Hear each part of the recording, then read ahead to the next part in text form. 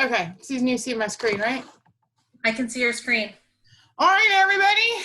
Well, welcome to the February 2020 webinar. Woohoo! We're in February and it's almost Valentine's Day, so everybody could show the people they love how much they love them. Isn't that exciting? So exciting. I know I'm excited. Anyway, so today we are going to talk about planning your re-evals and annuals. Susan's going to talk about a mid-year survey. We're going to go over an eligibility process a little bit. Just the facts, ma'am. We're just going over the facts. And then we'll do our high leverage practice this month, which is we're talking about data-driven decision-making to develop IEPs. So we're going to go in a little bit into present levels, goals and objectives, progress monitoring, fun stuff like that. And then, as always, Susan and I have additional information because it wouldn't be us if we didn't have something else to share. And then we'll leave time, of course, if you have questions. So let's talk a little bit first about your re-evals and annuals. This really is just a review. But remember, your best practice is to plan ahead and begin scheduling your re-evals and annuals that are coming up due in the fall. Yes, it's hard to believe we're already talking about that. But look at reevaluations due up until November 1st, and then annuals due on or before October 1st. It is always best practice to hold those meetings prior to the end of the school year. Then you are not rushing and scrambling at the beginning of the year when many of you have a lot of transfers and we're dealing with all the beginning of the year stuff. Let's get these scheduled and get them out of the way so we don't have to worry about it and you don't have to worry about missing timelines. I did want to quickly touch base about our whole DD/speech issue that we've been kind of going back and forth with. We talked a little bit about it at our face-to-face. So Susan and I do have confirmation from the state that if a student meets eligibility for speech as a secondary disability, the student may be DD as primary and speech as secondary. So for those of you who are getting students transfer in, I know we've had quite a few from Greenville, for Meyer and Legacy, and we're asking you to hold re-evals. You no longer have to do that. So if they are DD primary and speech is secondary, as long as they meet the eligibility criteria for speech, then it's fine. So woohoo! That should be good news, right, Susan? Yes. So that is new and hot off the press. We just learned it on Monday. So we are good to go with that. Susan, it's your turn. So we're going to, last year we did a survey in January, and then we did another one at the end of the year. I think it was around May, to get information from everyone regarding kind of like status quo. Are we meeting your needs?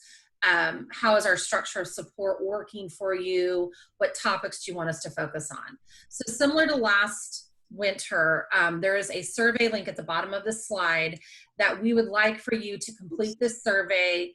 Sorry. Oops. Sorry. Okay. Sorry, everybody. We'd like for you to complete this survey by February 24th, which is like 2 weeks from Monday. So you have about 2.5 weeks actually to complete this survey. It is very important. There is a whole section just on asking questions on the effectiveness of the training that we did at the end of January in our face-to-face. And it is sectioned up based on the topic, and a copy of the agenda is on there so it can refresh your memory. And my bad, we were going to do it, you know, as you exited the training, and I just kind of totally forgot. So if you could do that. There's also a last section that is just asking about general feedback. One of them is any webinar topics that you want us to consider for the rest of the year or even next year. We want to make sure we're filling all those holes and we're not just talking about what Laura and I want to talk about, we're talking about what you need to hear. And then also a general pulse on how we're meeting your needs and the type of models that we use for technical support and where we can fill in gaps if there are any. So it is anonymous. It is something that your name will not be on. Sorry. What are you doing, Laura? I didn't. My computer just did that. Sorry. It's anonymous. It will be something that we have no idea who submits them, but the more people that submit them, the more valuable are the feedback. And so please be honest and get that done. Thank you. That was like a PSA, wasn't it? Yeah, y'all, I'm sorry about these computer issues. I don't know what's happening. It's like my computer has a mind of its own today. So let's talk a little bit about eligibility and just the facts. So we just wanted to take a few minutes to review this. As you know, we talked about at our face-to-face, we were found disproportionate of identifying students with SLD in an Asian population, but we just wanted to take a few minutes to just review eligibility and really kind of what your responsibility is for eligibility. And then, go from there.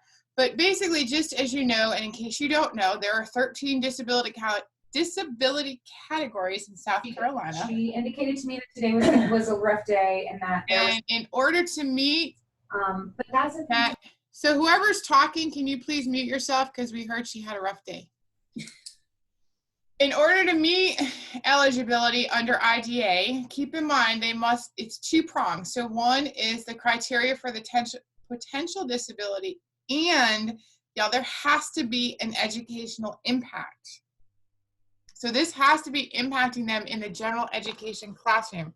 It just can't be like it used to be, that discrepancy number. It's not about a number anymore. It's about the criteria as well as that impact. So if you are looking at an evaluation report and you're looking at it and you can't determine what kinds of present levels to write or what kinds of goals to write, then chances are that perhaps that student is not really eligible for services. So that's where we talk about that they may qualify in a category. However, there is not an educational impact being shown or being observed or being demonstrated, whatever fun word you want to use to describe that. But remember, you have to show that in a classroom. So there has to be documentation that this student is really struggling because of this disability. Remember, Laura, you said classroom, but remember it's during the educational day. Right.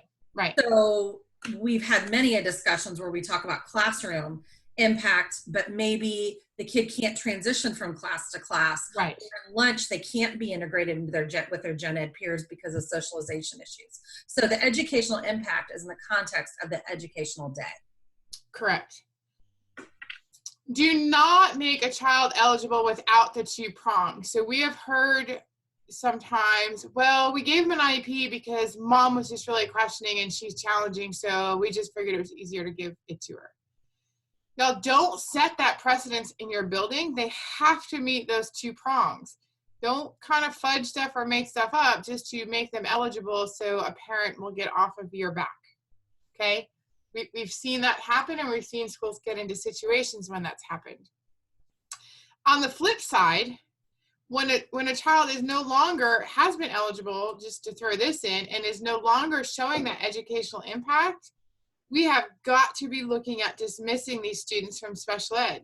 We can't hold on to students because what might happen in middle school, what might happen in high school, they're transferring out to the local public school. If our data doesn't support the need for an IEP, then we need to be dismissing our students, which is ultimately our goal. Our goal is not to get them into our programs and keep them in there forever. Another important thing is don't just rely on your psychologist, right? Don't just assume the psychologist is doing everything correct, knows everything. You all should be reviewing the SEED document, which you can see is highlighted and Susan's put the link into, and be sure that you understand the eligibility criteria as well. So you want to make sure if you're looking at a student with, SLD, you understand what that eligibility criteria is. If you're looking at a student, for example, with an emotional disability, there's a whole component of observations and all sorts of things that need to be done in terms of that student actually meeting that eligibility criteria. So you are part of this, and you should know what the criteria are for the different eligibility categories, especially ones that you're talking about with an initial eligibility. Also, on the low incidence disabilities like visual impairment, the SEED document is clear that you have to have a certified staff member for VI present at the eligibility and the eligibility determination and the planning of this if that is what is a suspected disability. And remember, your psychologists are just one member of the team. And often, I mean, you all are contracting. So these folks aren't in your buildings working with these kids all the time like you are. So they may say, hey, they're eligible, but you're, again, not seeing the educational impact. And you kind of come to a little bit of a crossroads, you know, where the psychologists say one thing, you guys are saying another thing. So if that's the case, you want to make sure, like we talked about at our face-to-face, to have one of those pre-meetings. You know, sit together as a team and look at everything together prior to meeting with the parents so everybody's kind of on the same page. The other thing we wanted to remind you of is when you're doing initial evaluations, make sure you're looking at the whole child. So if there are any concerns or any thought that there may be a speech issue or perhaps a fine motor or a physical or PT issue, have those people at the table and do those meetings and do those evaluations from the get-go. It's so much more work if you have to come back and do them as re-evals, and it's more meetings. You always want to look at that child as a whole child, not just as small little pieces. Okay, so now we're going to talk about our high leverage practice. And we know what the purpose is. We do them every month. So we're going to talk about data-driven decision-making to develop IEPs. So Susan's going to go a little bit over present levels. We'll do some best practices and some examples. We're then going to go into goal writing, again with best practices and examples, talking about progress monitoring, and then some key takeaways. So the next couple webinars will focus, our high leverage will be focusing on this information. And really it's to give you all examples on what present levels should look like, what goals should look like, what progress monitoring should look like, and we'll go forth through it that way. Oh, Laura, data-driven decision-making to develop IEPs is a mouthful. it is. I just realized that. That is a mouthful, and I'm struggling with it apparently today. So present levels, just a basic overview. We know that present levels contains the narrative and the data that will generate the rest of the IEP. So it's really critical to get this right. But basically some key points to remember is that there's a narrative and a description of the student's strengths and needs. That also contains information for parent and student input, which is critical. They have to have some sort of input that needs to be considered as part of the team and also just as the student themselves and the parent who knows the student best. So when we're looking at strengths and needs, like Laura was talking with eligibility, we're not just looking at academic in general. We're looking at academic and functional needs. This has all changed. Those of us who were not dating ourselves, but have been in the business for a while, when the reauthorization of IDEA came down, prior to that, it was more on just educational performance, and it shifted to not just educational performance, but academic and non-academic components for students to become independent and living in life after school, which is really important. And so that's when Laura kept on talking about the whole child. This really puts the whole child in the forefront, that we have to have that big picture of the kid, not just looking at reading, writing, math, and reading, writing, math, and I don't know what else, but anyway, so that's really important to look. So we're looking at socialization. We are looking at how the student is flexible, how they accept change, how their behavior is, not just those academic functions. And it's really critical to understand those. So on top of that, we're looking at statement of impact. How does that student's disability impact their access, involvement, and participation in the general ed curriculum? And those statements, I don't know about you guys, but they're really hard to write sometimes, especially if you don't have good present levels, but it's also sometimes frustrating to read because they're very generic in nature and talking about, well, the student's learning disability impacts their performance. Well, it's not really the student's learning disability, it's what about it impacts them. And we're going to talk about that a little more. And then also the data-driven statements, those are what are in your findings. That is that core data that will spearhead into baseline data for goals. And those findings are only areas of need that will generate goals. So if you have a finding and a data point for need, you have to have a goal. So things to consider, and I will add the resource site I accessed for some of this information. It's the university, Vanderbilt University is a Peabody or P something website, and I will get that for you guys. We can put it in the newsletter on Monday, because it was so valuable in their resources regarding IEP development, because they've done a lot of research on it. But basically, questions to consider can be broken down into student need, effects on progress in the general education curriculum, baseline information, and connections to goals and or services. So under student needs, those are some questions that the IEP team should be considering when they're creating this document, when they're creating their present levels in the IEP. So as a special education coordinator, if you are a teacher or you support teachers that do this, they need to be understanding these questions in advance. So you need to talk about what are the students' strengths and how are those strengths impacting areas of need. Because if you have a student who's highly determined and very organized, their needs may be balanced because of that strength, and that is really important. You also need to consider, how are these concerns compared to their same age typical peers? If the population of students that you are supporting all have, I don't know, self-regulation needs for some reason, and I don't want to generalize or be stereotypical, but if that is a common issue, is that being addressed in the gen ed curriculum in general, or is this child that is being discussed different than their same age typical peers? We do not want to hold students with IEPs to a higher standard than the rest of the population. And that is really critical to make sure you're aware of. We talked about guardian and parent concerns, students' instructional preferences. That may mean, they don't really do well when they're doing independent work, and they do better in small group work. Not to say that the IEP is going to eliminate any independent work, but that's important to understand and know, because additional supports are going to have to be embedded in the IEP when the student is in situations that are challenging for them. And then what data do we already have? Evaluations, tests, progress monitoring, all those other things. And some of those evaluations can be private or through the school. Then we look at effects on progress in the general education curriculum. That's what we just talked about, the involvement, access, and progress in that setting and in the curriculum. Baseline information. I don't know about you guys, but I feel like, as I've been in administration for a while, this is one of the hardest things to support staff to do well. And it's something that shouldn't be so challenging or scary. So what you need to talk about when you look at baseline information is the data you are looking at. Are you able to draw conclusions if the student is making progress from where they were?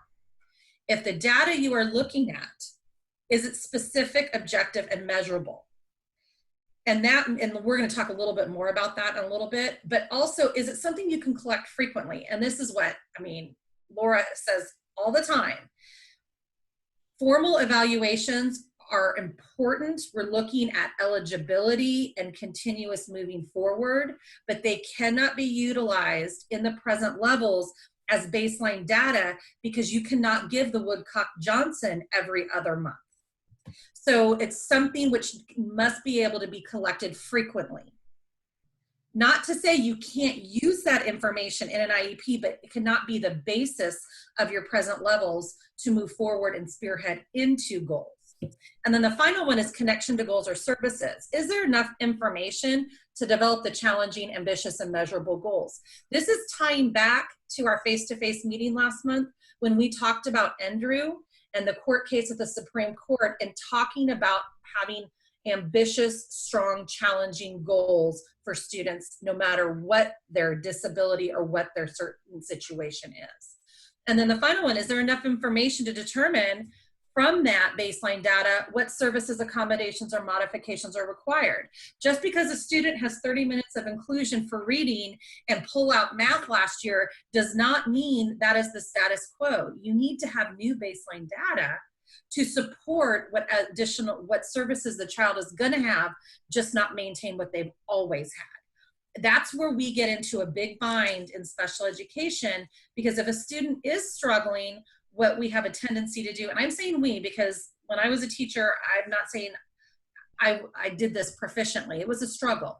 But when a student is struggling, what we have a tendency to do is take the current services and accommodation the child has or modifications and just add to them and not relook at the data to determine if what they have is meeting their needs, because maybe the focus of what's being done in the services or accommodation needs to be changed.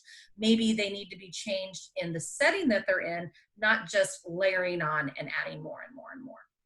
Right. It's not about the quantity of the services, it's about the quality of the services that they're receiving.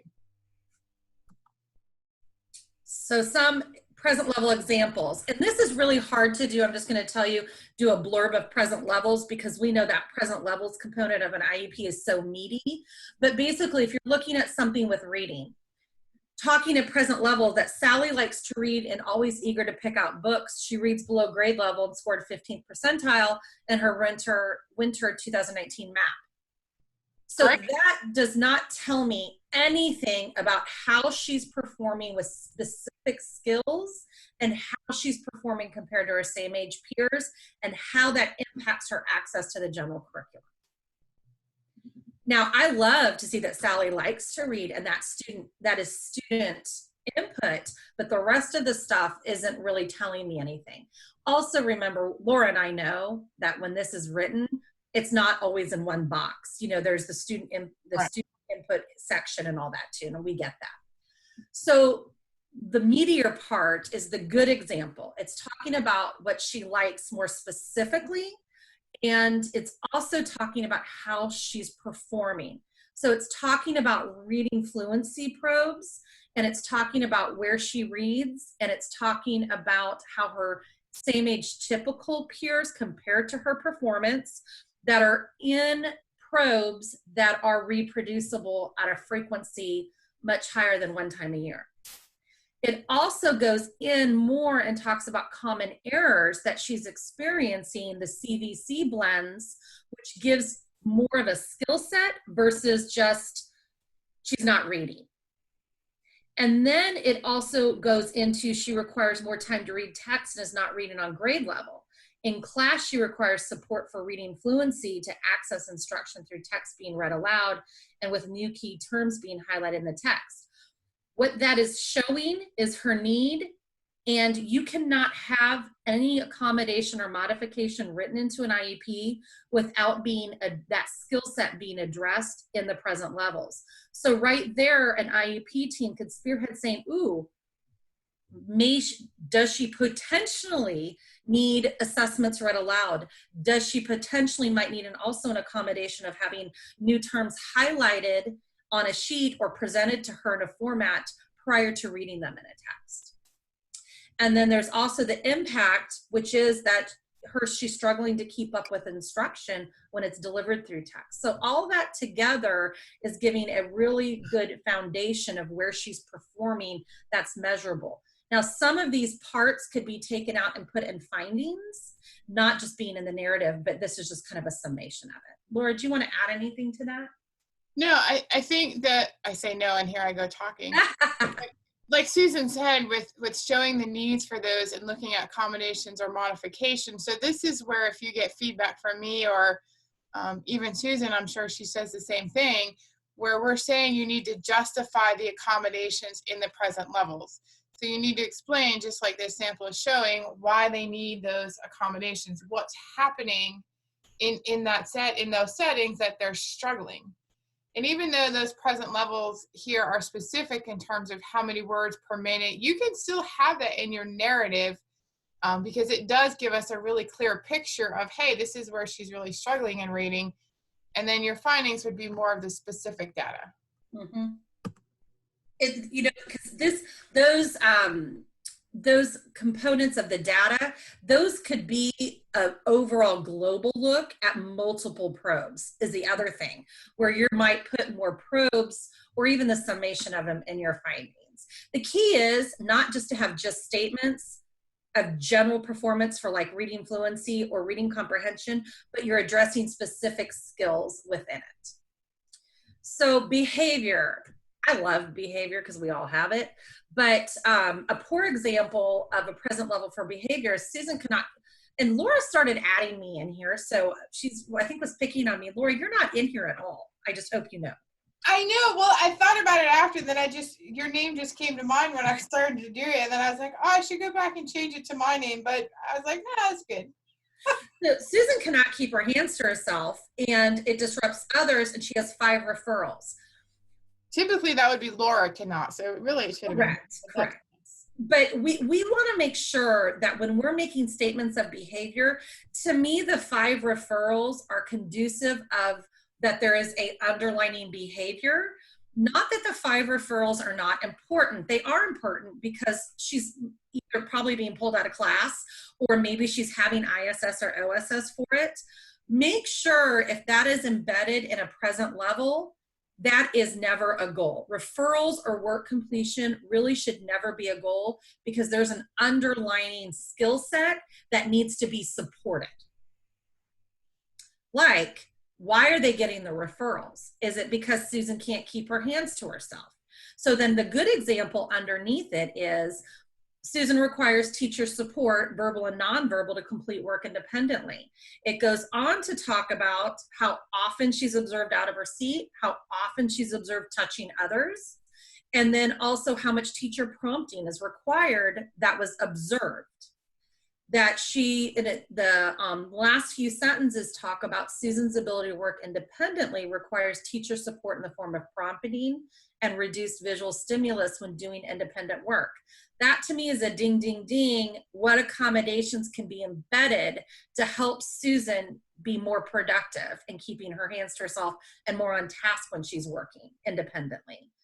And then the impact statement is that she needs to engage, that it's engaging, or I'm sorry, it's impacting her ability to engage when doing independent learning, which the result is she's not doing her work or she's really missing key components of instruction. Again, this can be piecemealed, some can be in findings. If it's findings, it needs to be more detailed. And we're gonna get into that later when we talk about progress monitoring, because those progress monitoring could be potentially findings for the next IEP. So we'll talk about that more a little bit.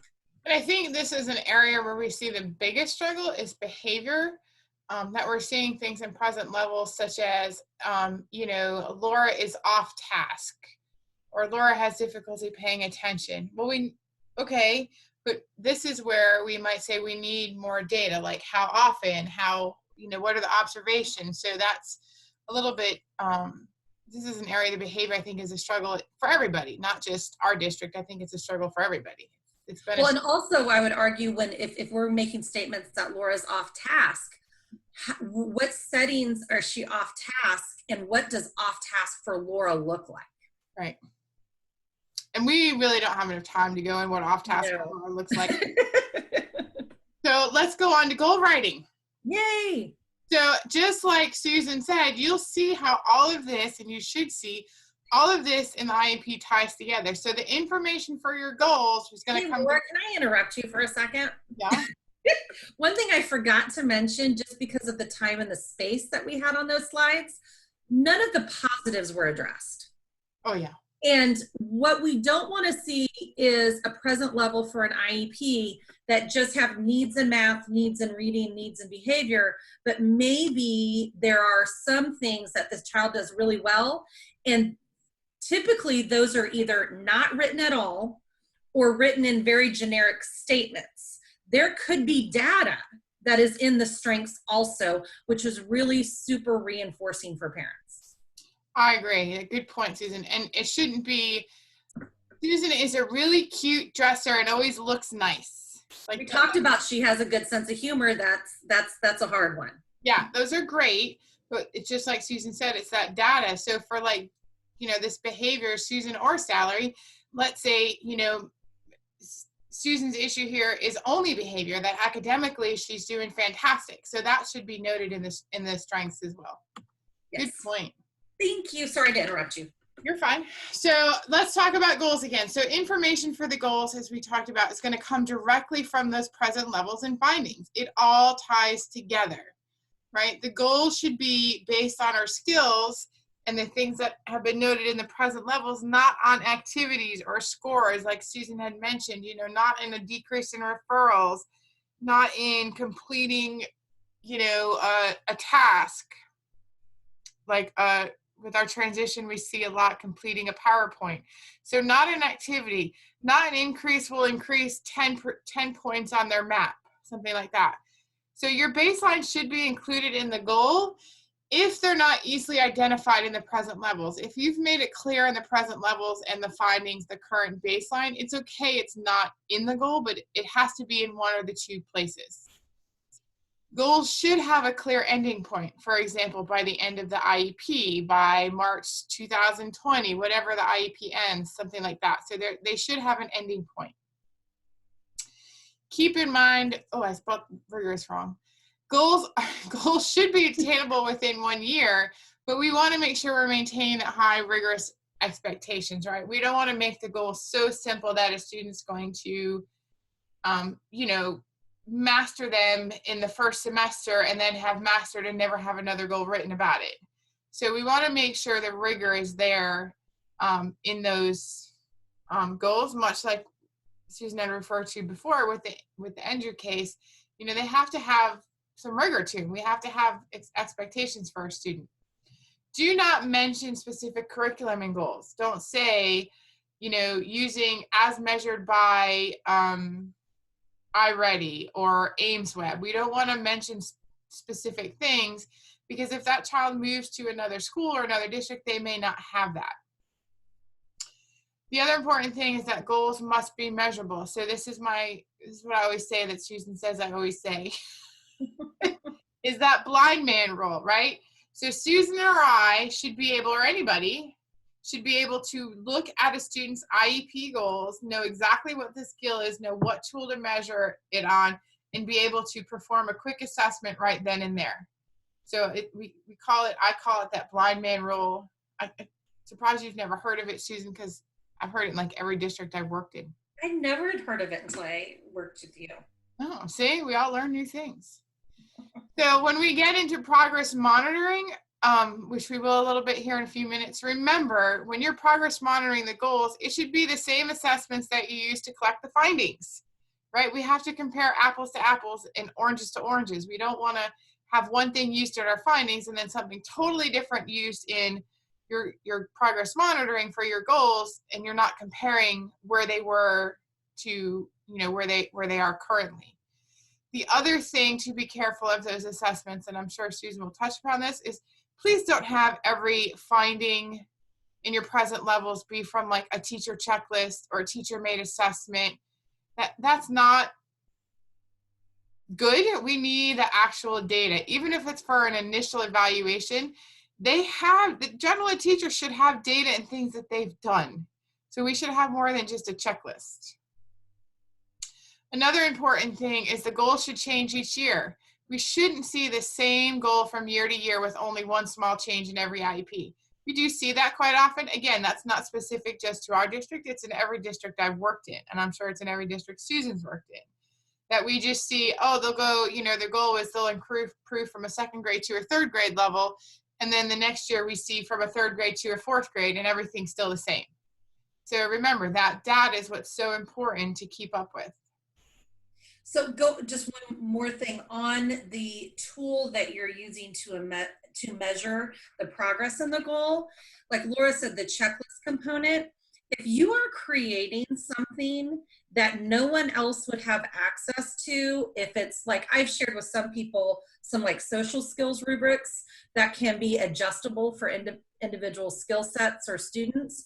If you have something like that and you guys are all at the IEP table, you're talking and you're looking at it, because I've worked with parents where we adjust those rubrics to meet the needs of that child.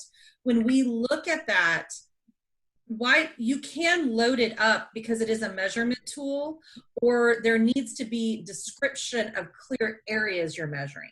Right. Otherwise, how, if that child moves, how are they measuring that goal? Right. It's They're not going to apples to apples. Yeah, exactly.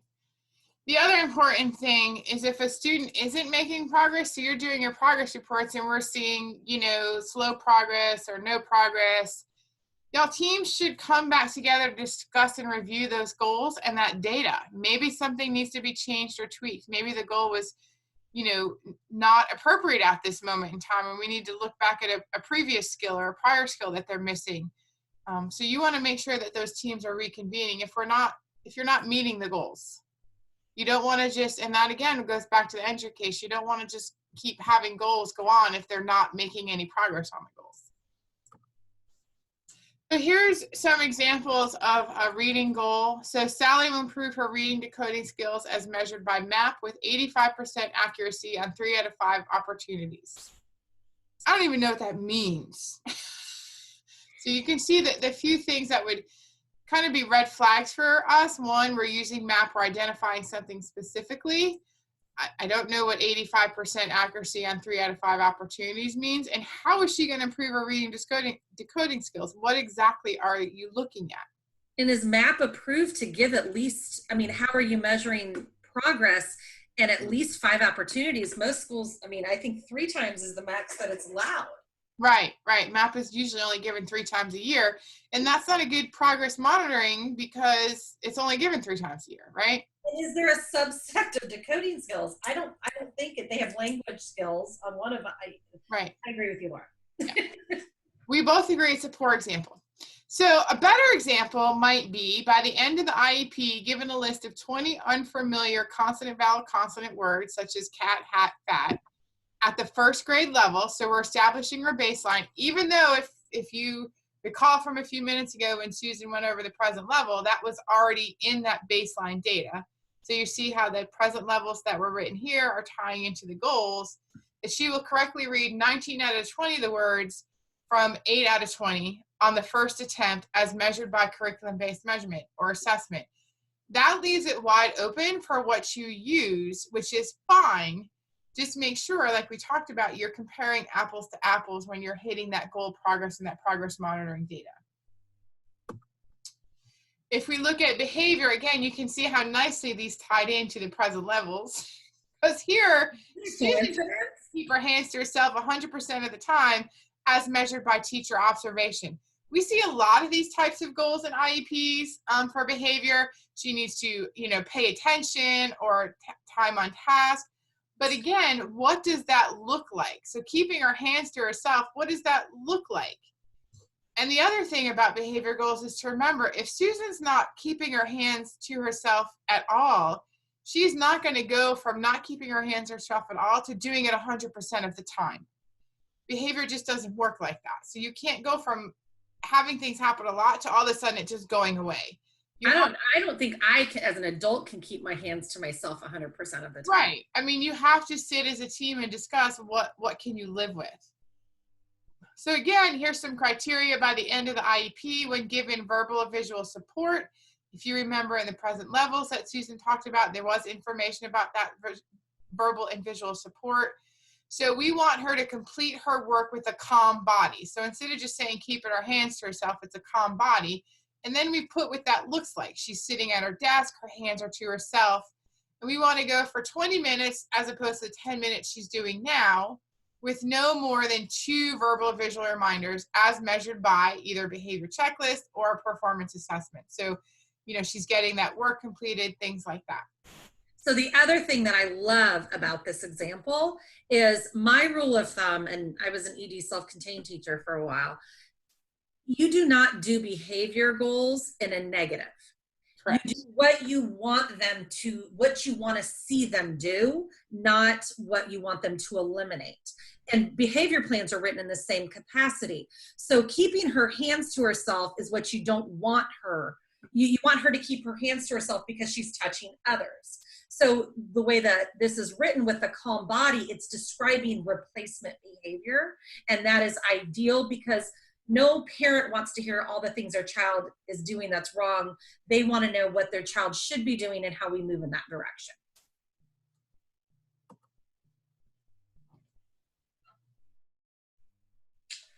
Progress monitoring. So this is a lot, because progress monitoring, and when we say progress monitoring, these are the probes that you're doing with the same criteria that's written in the goal to determine if the child is meeting that goal or on the trend of meeting that goal.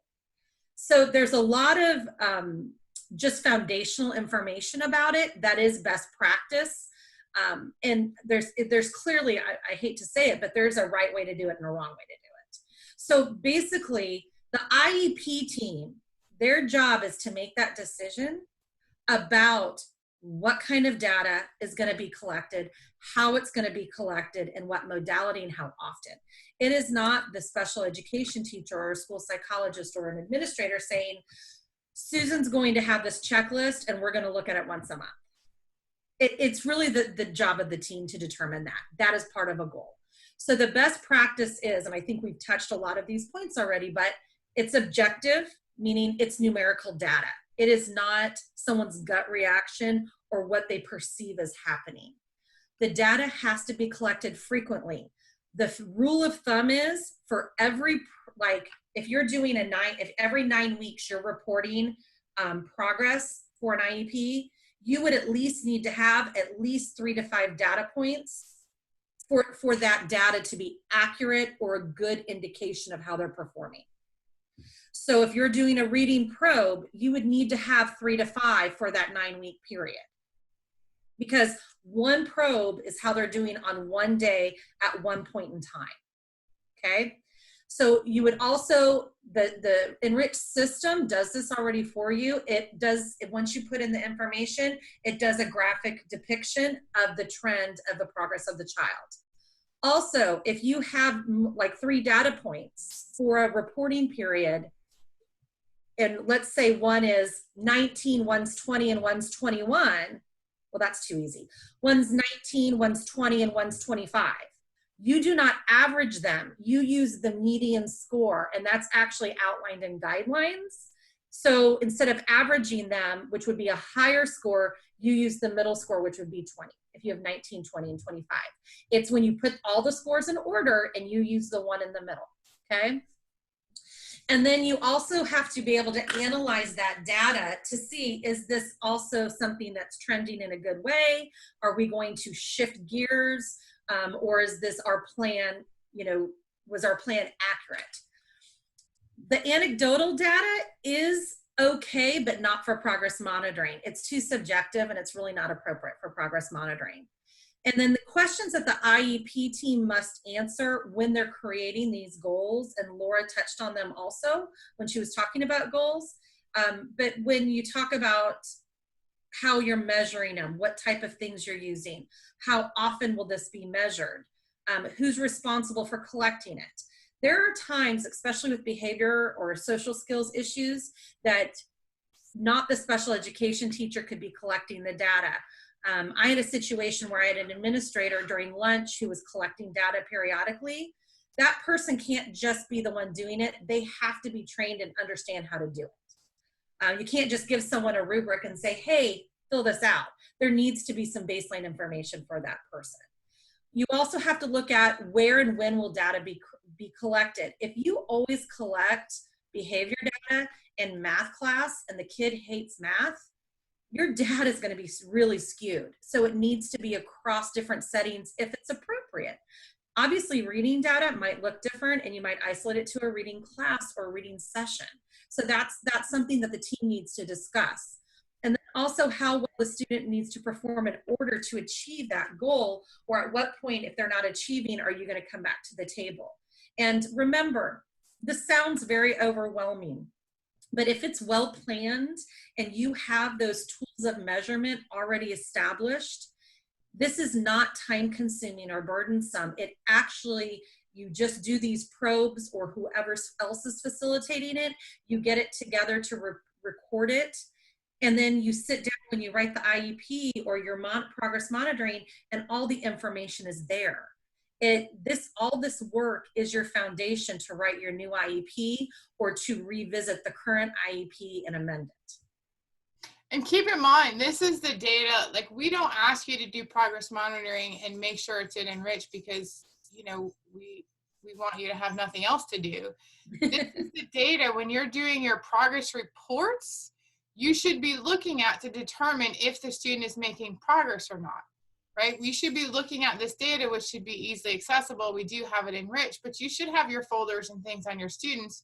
So you're making your decisions on progress on your goals and goals and objectives, what have you, with the data in front of you. So if you're questioned by a parent or by somebody outside, or even by Susan or I, we're looking at a goal and saying, hey, this child hasn't made progress, you know, let's come in and let's look and see what's happening.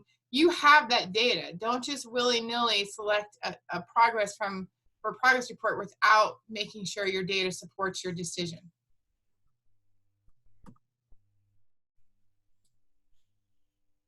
So some examples, obviously we've kind of gotten into a pattern where the poor example is much more anecdotal and the good example is much more concrete. And so that's when we're looking at the good example having at least 3 different probes. Now, this is not always in a narrative. It's often when you're entering it into Enrich. But you're looking at 3 different types. Here it's 3 different probes at 3 different, using a similar assessment, the same assessment or probe, and then seeing how the child is progressing or not progressing. And it is absolutely normal for the kid to fluctuate. We do not typically see a kid constantly trending upward because some people have good days and bad days. So that's why the more probes is better, because you could have an outlier. So my rule of thumb is if I did at least 3 or typically 3 in a 9-week period, then if one of those probes was really off and I felt like it was not reflective of the child, meaning maybe it was really poor performing, I would often do another one. And so that it says at the bottom that the median word per minute was 22, because that is the median score based on the 3 that were reported. And behavior-wise, it was more of a chart because it was less wordy, but it's looking at that calm body behavior that was addressed in the goal. And there was 2 different classes during a 15-minute sampling observation that was taken in looking at how long the child was demonstrating that calm body in one particular setting, and then also how much teacher support, because that's reflective back from the goal. So just some quick key takeaways. Just remember the IEP is a fluid document in which all those areas tie together, right? The present levels will lead to the findings, which leads to the goals, which in our next webinar, we'll talk about how the goals lead to the accommodations and or modifications, which leads to the services, things like that. It all ties together. It should be in parent-friendly terms. So if you notice, like in the present levels and even in the goals, we didn't just say CVC words. We explained what that is. So just listing scores like MAP scores, I think Susan had it in the example with the Present levels. the percentile rank, that doesn't tell a parent anything, right? You're writing these IEPs not typically for other educators. You're writing it for the parents, so they have to understand what these documents say. The IEP is data and performance driven, right? It's not just because Susan is a nice dresser and always looks cute. I mean, she is some eye candy. She does make us all look nicer, but you know, it has to be based on that data and performance. Another really important thing is if you read a goal and you don't understand what that goal means, like you're like, I don't even know what that means, then one, how are you going to progress monitor? How's the parent going to understand it? It's not a good goal if you don't understand what you're supposed to do. Everything in IEP starts out broad and then narrows down to the very specific. Just as an FYI, it is not best practice to copy and paste everything from the present levels into the findings. We sometimes see that. Like Susan had mentioned before, you could move it around and have some of that not in the present levels, but have it in the findings. But it shouldn't just be a replication basically the top to the bottom. So please don't engage in that practice. And then this goes back to what I said before. Always remember the blind man rule. Anyone should be able to pick up an IEP, to read the present levels, findings, and goals, and know exactly where the student is currently functioning, their strengths and their needs, where they will be by the end of the IEP, and how it will be measured and addressed. So just some quick additional information. We've put this out in the newsletters, but that SEALT window opens March 9th to April 24th. If you have questions, call Susan. After you watch this, you complete the virtual sign-in, or if you watch it live or recorded, and there's the link. The other thing I just added, I just learned today from 2 of my calls that there appear to be some epicenter tasks that are just all of a sudden showing up again, such as I believe it is the checklist right now and maybe the high school credential. Yeah, we're not sure why these tasks are just popping up randomly. We have done nothing to make them pop up. We haven't changed the dates from when they were originally due. So Carla, thank you very much. She sent me a screenshot of what's kind of popping up, at least in her little bar right now, and I'm going to try and address it with Epicenter to see if we can't get these things taken off. The EFA is still going to show up, even if you have submitted it, because I updated the due date. So if you've submitted it and you get another task, that's fine. Just put a narrative in already submitted. If you haven't submitted it, that's fine too. You have till the end of this month. And if we need to extend it longer because of PowerSchool, we certainly can. Even if it's showing up late, don't worry. We're not going to count that against you. Nobody's going to get in trouble for it since we extended the deadline because of PowerSchool. It's not going to impact your CGI at all. Susan, did you have anything else? Well, there's questions in the chat group from the bombshell of the DD SLP that can now be a secondary, or speech language can be a secondary. And so the questions are, of those schools that redid eligibility, yes, can they put speech as a primary for EFA because it impacts funding? Yes. But they have to be eligible for DD with speech as one of the criteria. Correct. If they are eligible for speech as a criteria of the DD, so that's one of the, is it 2 prongs, 3 prongs? If that's one of the prongs for the area of eligibility as DD, if communication is there, then yes, you may put as speech and language in EFA. If it's not, then you cannot. Heather and Tiffany, does that answer that question for you ladies?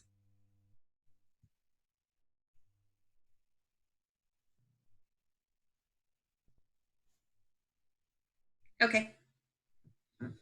Any other questions, guys? I don't have anything else other than I'm not working on Fridays, so call Laura. Yeah, call me on Friday. I'll see you. Any other questions from the group? You can type in the group chat if you have questions.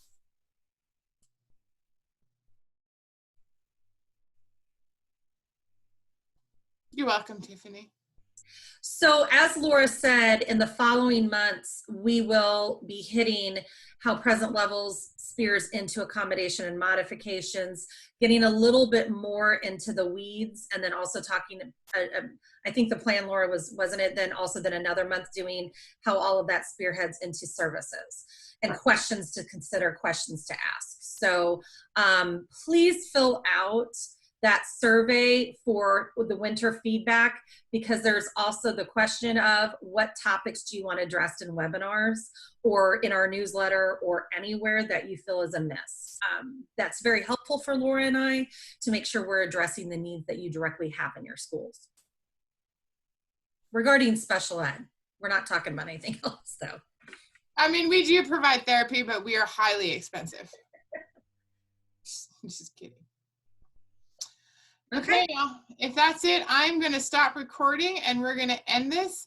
We'll get this posted to the website by tomorrow, if not by the end of, in the next couple hours.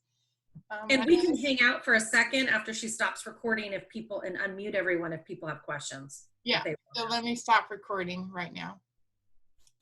I'm going to stop sharing too. And